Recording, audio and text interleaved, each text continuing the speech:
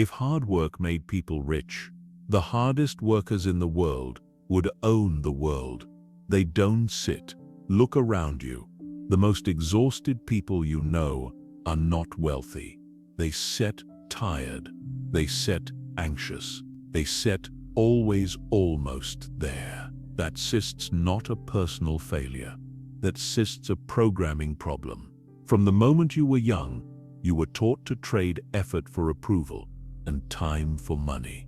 No one taught you how wealth actually works. This audiobook will not motivate you.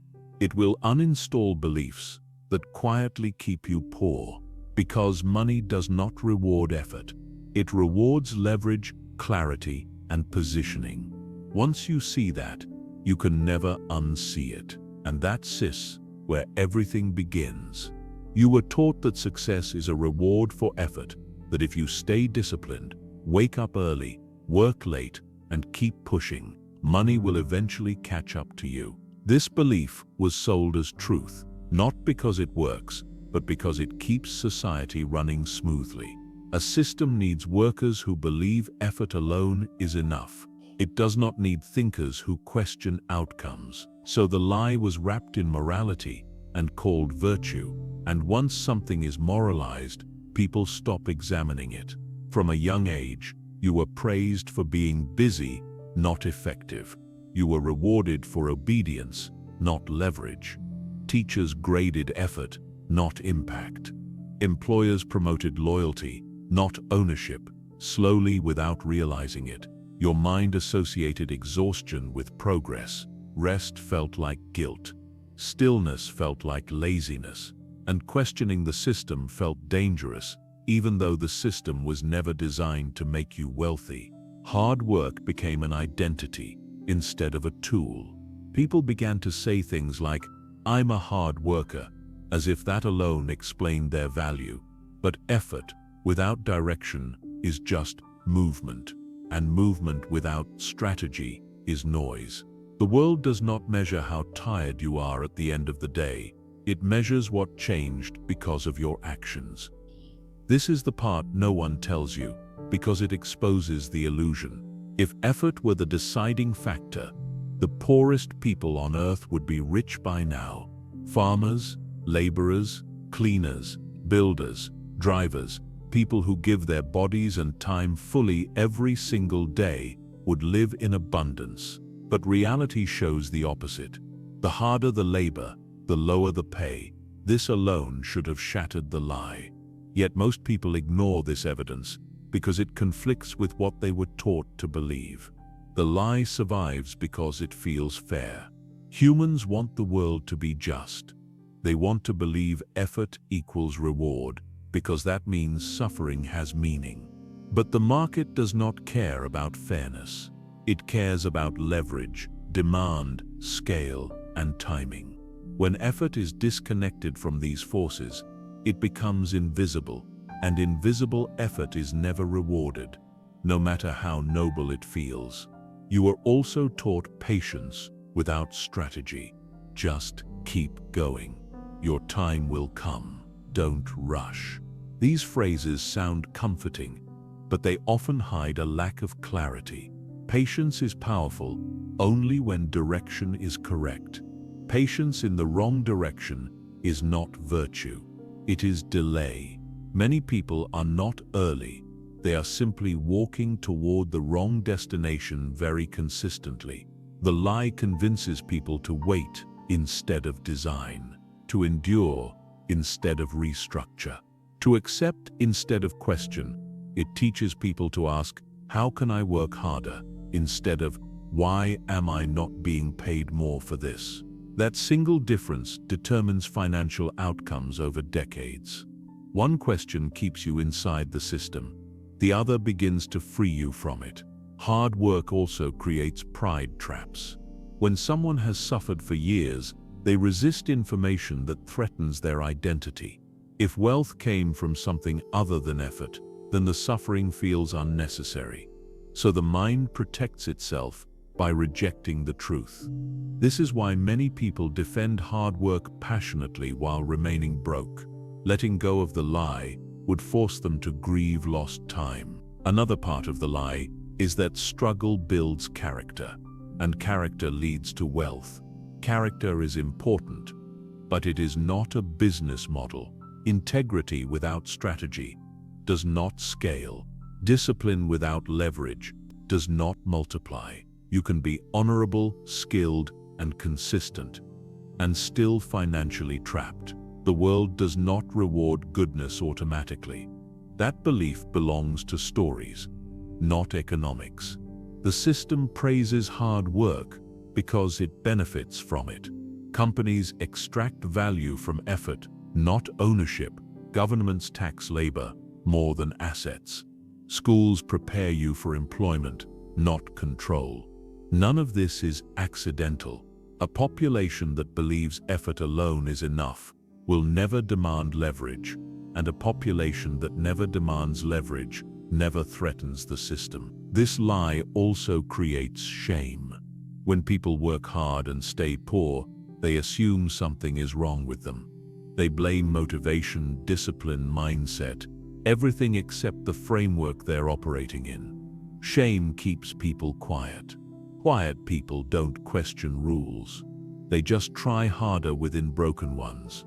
Over time, people confuse motion with progress.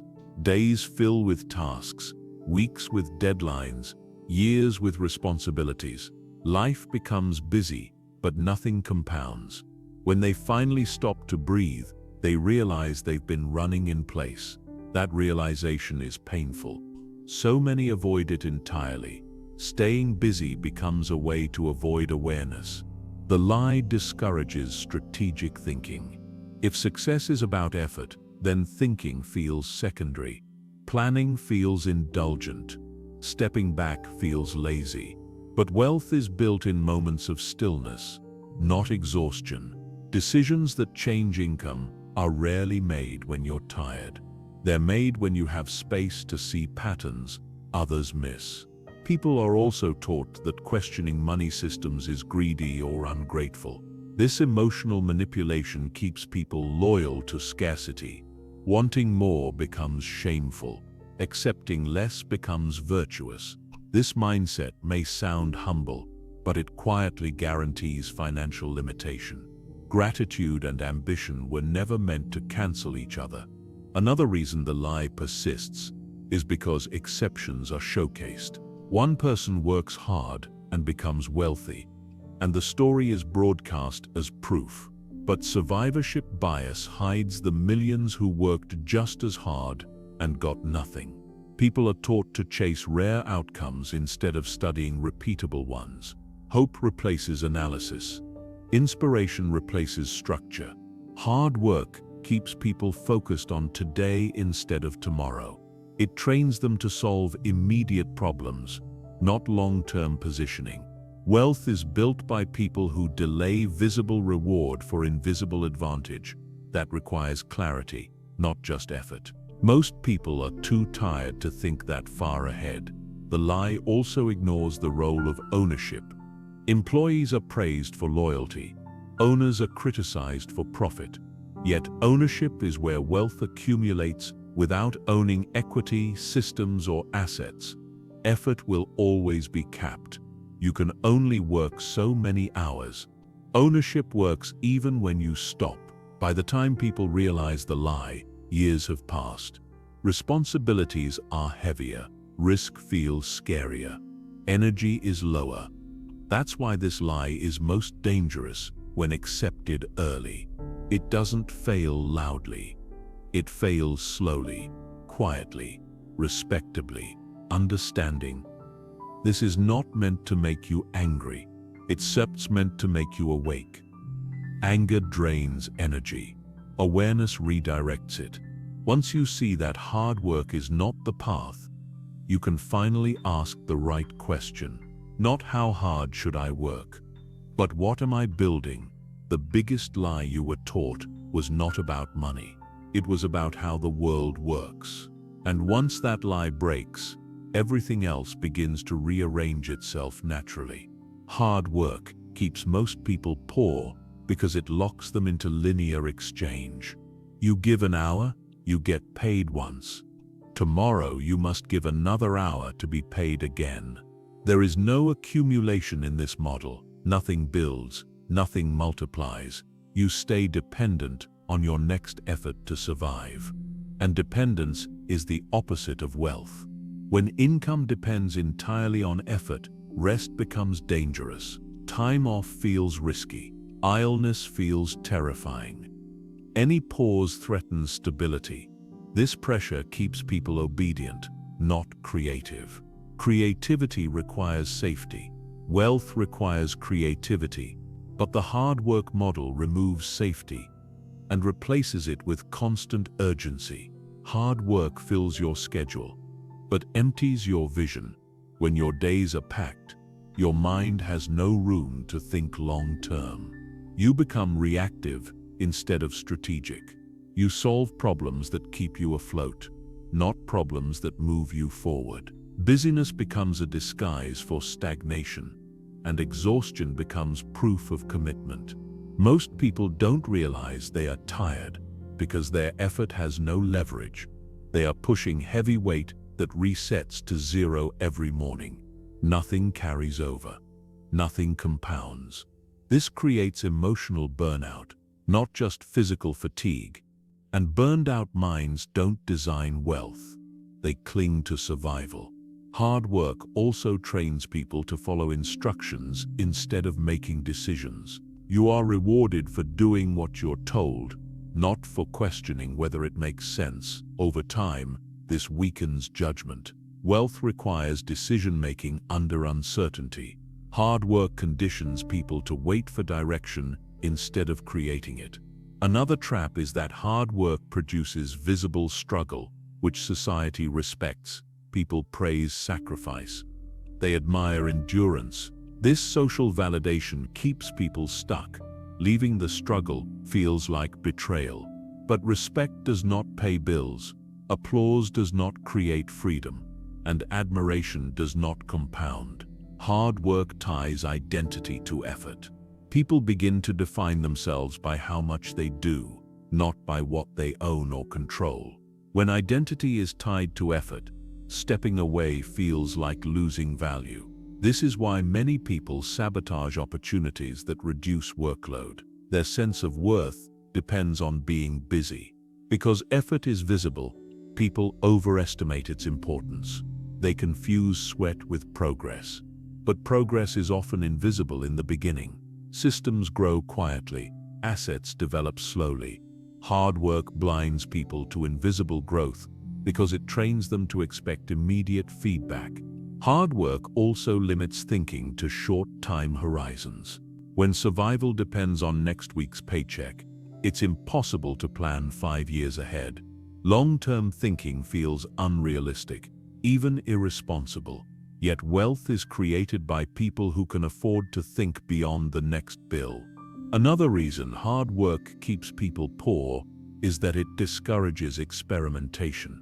Failure feels too expensive. Risk feels irresponsible. But without experimentation, nothing new emerges. Wealth requires trying things that may not work. The hard work model punishes failure too harshly for growth to happen. Hard work reinforces scarcity thinking. When income is tied to hours, time feels limited. When time feels limited, people become defensive. They hoard energy, resist collaboration, and avoid sharing ideas. Wealth grows through expansion, not protection. Scarcity thinking shrinks opportunity. People trapped in hard work often believe they just need to push a little longer. This belief delays change. It keeps them running toward a finish line that does not exist. The effort is real, but the direction is flawed. Persistence in the wrong model only deepens the trap. Hard work makes people efficient, not effective. Efficiency improves how fast you do something. Effectiveness questions whether it should be done at all. Wealth is built by effectiveness. Hard work trains efficiency and punishes questioning. Over time, people become very good at tasks that don't matter. The model also creates fear of stepping back. Slowing down feels like falling behind. But stepping back is how patterns are seen. Patterns are how leverage is discovered. People who never pause, never notice better paths. They just keep walking familiar ones faster. Hard work gives the illusion of control. You feel productive. You feel responsible. You feel active. But real control comes from systems that operate without constant attention. Effort-based income feels controlled, but it is fragile. One disruption can collapse it instantly. Another silent issue is emotional depletion. Constant effort without compounding results creates quiet resentment. People feel life is unfair but don't know why. This resentment turns inward or outward, but rarely into clarity. Clarity requires energy. Hard work drains it. Hard work keeps people focused on execution instead of ownership. Execution earns wages. Ownership builds wealth. Without ownership of systems, ideas, or assets, effort will always be capped. You can only execute so much. Ownership has no such limit. The cruel irony is that the harder people work, the less time they have to escape the cycle.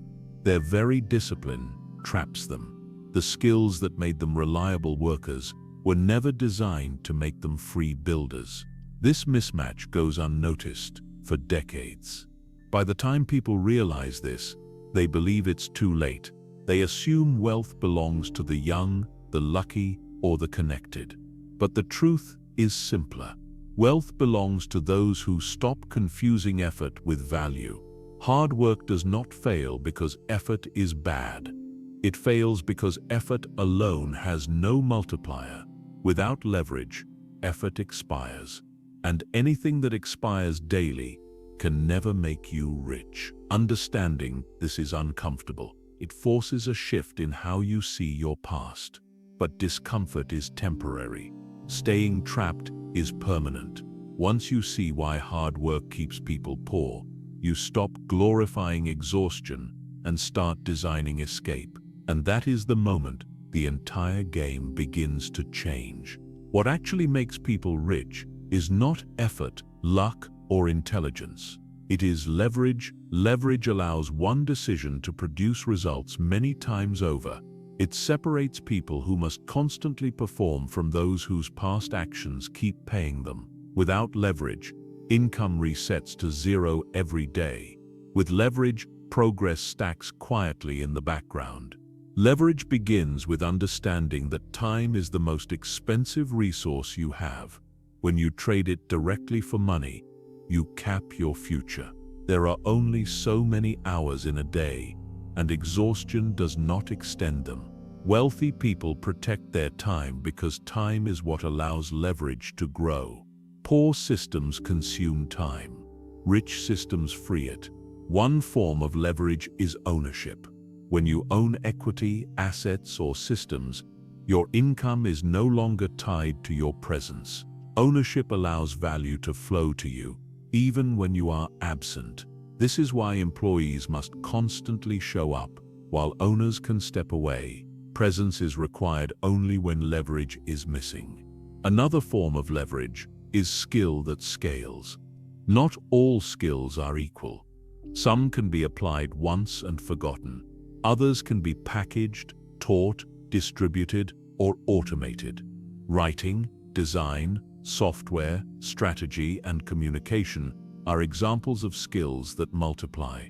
When a skill can reach many people without additional effort, it becomes a lever. Systems are another source of leverage. A system is a repeatable process that produces predictable outcomes. Once built, it reduces decision fatigue and human error. Systems allow consistency without constant supervision. Wealthy people build systems so that results do not depend on mood, motivation, or energy. Distribution is leverage that most people ignore. It does not matter how good your product or idea is if no one sees it. People who control attention control outcomes. This is why platforms, audiences, and networks are so valuable. Distribution turns small ideas into large results. Decision-making is also leverage. One good decision can outweigh years of hard work. Choosing the right market, partner, or model early changes everything. Most people delay decisions because they want certainty. But certainty comes after leverage is applied, not before. Leverage requires thinking in terms of multiplication, not addition. Poor thinking asks how to make a little more this month. Wealth thinking asks how to build something that grows without constant input. Addition feels safer, multiplication feels abstract, but abstraction is where wealth lives. Leverage also explains why some people appear lazy but earn more. Their work is front-loaded. They invest effort up front so they don't need to repeat it forever. Others repeat the same effort daily and call it discipline. Discipline without leverage is a treadmill. Most people misunderstand leverage because they were never taught to look for it. Education systems train obedience and repetition, not design. Jobs reward reliability, not creativity. Over time, people stop searching for leverage because nothing around them encourages it. Leverage often looks boring at first. There is no applause when you build quietly, no praise when you design systems, instead of suffering publicly. This is why many abandon leverage early. It does not feed the ego the way hard work does. It feeds the future.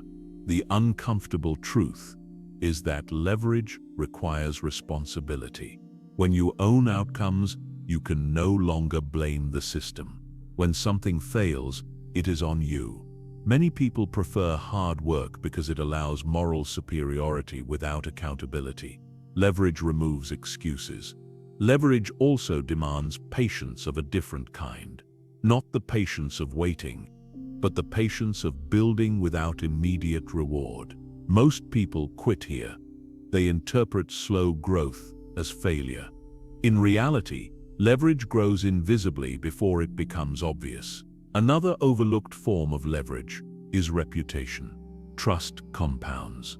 When people trust you, opportunities arrive faster and cheaper. Reputation reduces friction. It opens doors that effort alone never could. This is why long-term thinkers protect their name more than their ego. Leverage requires positioning. Being in the right place, at the right time, with the right offer multiplies results. Hard work ignores positioning. Leverage depends on it. 10 hours in the wrong place produces nothing. 1 hour in the right place can change everything. People who understand leverage stop asking how hard they should work. They ask where effort produces the highest return. This shift alone explains most wealth gaps. The poor focus on effort, the wealthy focus on impact. Leverage is why wealth accelerates after a certain point. Once systems are in place, growth feeds itself. Momentum builds, results attract resources. Resources create more leverage. This is not luck, it is compounding. The reason leverage feels unfair is because it rewards thinking over suffering. Society praises suffering because it is visible. Leverage is invisible until it works. By the time people notice, they call it overnight success. Ignoring the years of silent construction, leverage does not eliminate work. It changes the nature of work. Effort moves from repetition to design, from labor to thinking, from reaction to intention. This transition is uncomfortable because it requires letting go of familiar struggle. Once you understand leverage, money becomes logical instead of emotional. You stop chasing income and start building engines. You stop selling time and start creating value that moves without you. This is the real thing that makes people rich. Not effort, not motivation, but leverage applied patiently, deliberately, and consistently over time. And once leverage enters your life, hard work finally starts to matter, because now it multiplies instead of expires. Most people believe money is something you chase, earn, or deserve through effort. In reality, money responds to permission. It flows toward people who are internally prepared to receive and keep it. If you do not feel safe with wealth, you will never hold it for long. This is why income often rises and falls back to familiar levels. Your financial ceiling is rarely set by skill. It is set by identity. If you see yourself as someone who struggles, sacrifices, or barely gets by, your actions will quietly reinforce that image. Opportunities that threaten this identity will feel uncomfortable. Discomfort will be interpreted as danger, and you will retreat without realizing why. Many people carry unconscious beliefs that repel money. They associate wealth with greed, corruption, or moral compromise. These beliefs are often inherited, not chosen. They come from family stories, cultural warnings, and social conditioning. When money approaches, guilt activates. Guilt causes self-sabotage, and sabotage restores emotional comfort. Another hidden barrier is the fear of responsibility. Money amplifies consequences. With more resources comes more choice, more visibility, and more accountability. Some people prefer limitation because it protects them from difficult decisions. Scarcity feels simpler. Wealth demands maturity. People often say they want money, but what they really want is relief. They want pressure to disappear, not responsibility to increase. Money does not remove pressure, it shifts it. If you are not ready for that shift, you will unconsciously reject financial growth. Self-worth plays a quiet but powerful role. If you believe you must struggle to be valuable, ease will feel undeserved. If you believe rest must be earned through exhaustion, abundance will feel wrong. These beliefs do not shout. They whisper, and whispers shape behavior more effectively than commands. Money also mirrors how you treat yourself. If you underprice your time, tolerate disrespect, or ignore boundaries, your finances will reflect that. You cannot build wealth while consistently devaluing your own energy. Money respects self-respect. Another internal limit comes from fear of separation. Wealth changes social dynamics. Some people fear outgrowing friends, family, or environments. They fear being judged or misunderstood. Staying small feels safer than standing apart. This fear keeps many people financially loyal to their past. There is also the fear of being seen. More money brings visibility. Visibility brings opinion. Opinion brings criticism. Many people prefer invisibility because it feels protected. But wealth requires presence. You must be willing to be noticed, evaluated, and sometimes misunderstood. Money does not respond to desperation. It responds to clarity. Desperation signals lack of control. Clarity signals stability. When you chase money emotionally, it moves away. When you build value calmly, money moves toward you. This pattern repeats across industries and cultures. Another uncomfortable truth is that money avoids chaos. If your life is disorganized, inconsistent, or reactive, large amounts of money will destabilize you. This is why many people experience sudden gains followed by loss. The money did not disappear. The system could not hold it. People often try to fix financial problems externally without addressing internal limits. They switch jobs, strategies, or markets, but carry the same identity. The result repeats.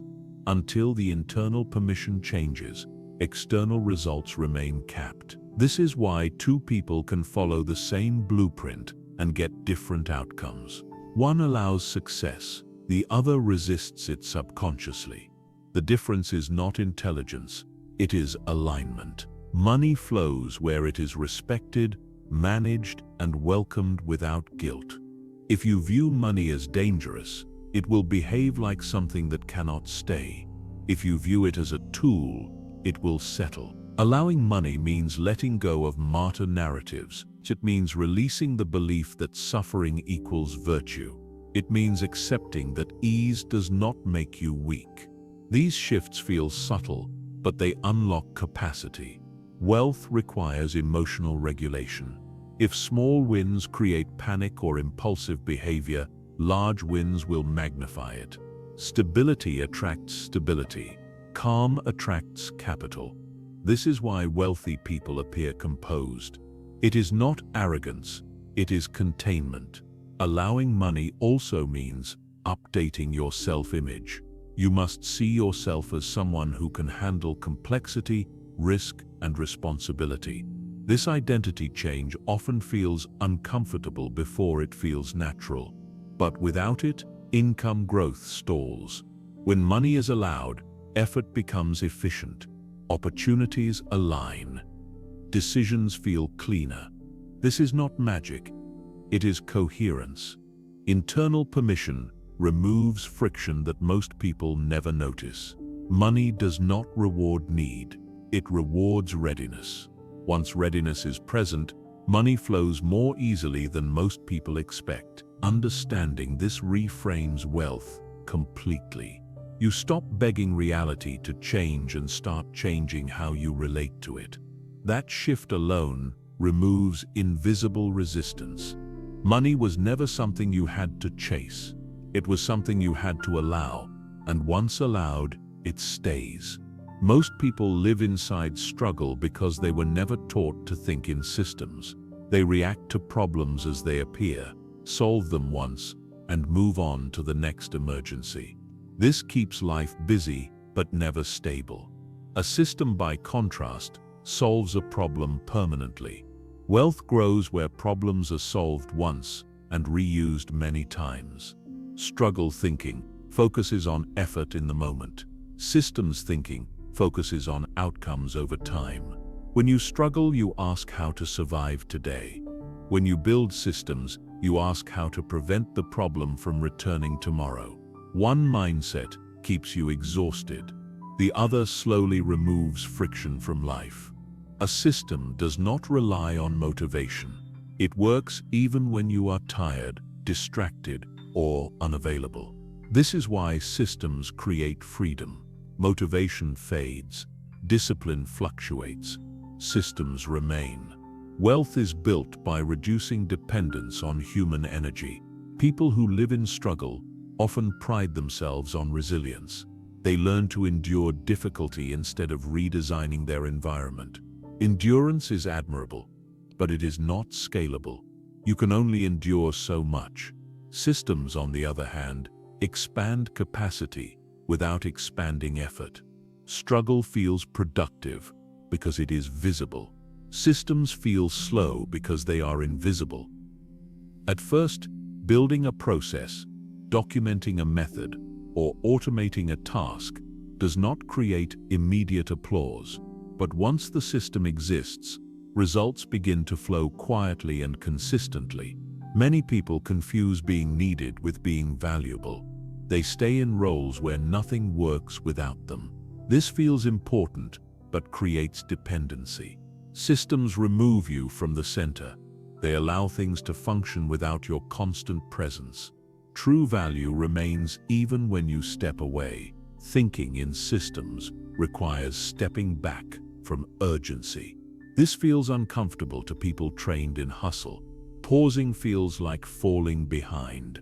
But pause is where patterns emerge. Patterns reveal leverage. Without pause, everything feels random and overwhelming. A system turns chaos into order. It replaces decision-making with structure. When decisions are reduced, energy is preserved. Preserved energy is what allows long-term thinking. Long-term thinking is where wealth is built. Most people stay poor, not because they lack effort, but because they solve the same problems repeatedly. They handle bills every month, stress every week, and emergencies every day. Nothing is redesigned. Everything is endured. Over time, this drains life. Systems thinking asks a different question.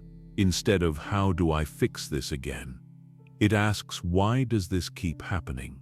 That question leads to root causes instead of temporary relief. Root causes, once addressed, free time and attention. Wealthy people are obsessed with reducing friction. They simplify processes, eliminate unnecessary steps, and remove emotional labor from routine tasks. Poor systems create constant stress. Good systems create calm. Calm allows better decisions. Another reason systems create wealth is consistency. Human effort is inconsistent. Systems deliver predictable output. Predictability builds trust. Trust attracts opportunity. Opportunity accelerates growth. This chain does not begin with hard work. It begins with structure. People often resist systems because systems feel rigid. They prefer flexibility. But flexibility without structure creates chaos. Systems actually increase freedom by reducing mental load. When basics are handled automatically, creativity becomes possible. Struggle thinking also encourages hero behavior. People feel proud of saving the day repeatedly, but heroes burn out. Builders do not. Builders design so crises stop occurring. This shift is uncomfortable because it removes drama from life. Systems also reveal truth. If something fails consistently, the system is wrong. This removes personal blame. Instead of feeling inadequate, you adjust the structure. This emotional relief keeps people engaged long enough to succeed. Many people fear systems because they expose inefficiency. They reveal wasted effort and unnecessary habits. Letting go of these habits feels like losing control. In reality, it is gaining clarity. Systems do not have to be complex. The best systems are simple and repeatable. Complexity creates maintenance. Simplicity creates scale. Wealth grows through repetition, not constant invention. Once systems are in place, time behaves differently. Days feel longer, stress decreases, decision quality improves. This creates a positive feedback loop. Better decisions create better systems. Better systems create more freedom. Struggle keeps people emotionally attached to their effort. Systems detach emotion from outcomes. This detachment is powerful. It allows rational improvement instead of emotional reaction. Wealth requires this emotional distance. Thinking in systems changes how you measure success. Instead of asking how hard you worked, you ask how smoothly things ran. Instead of celebrating exhaustion, you celebrate stability. This shift feels subtle, but it rewires behavior. Struggle will always exist somewhere in life, but it does not need to exist everywhere. Systems move struggle to the beginning, so ease can exist at the end. This is why people who think in systems appear calm. Their lives are designed, not constantly defended. And design is the quiet foundation of wealth.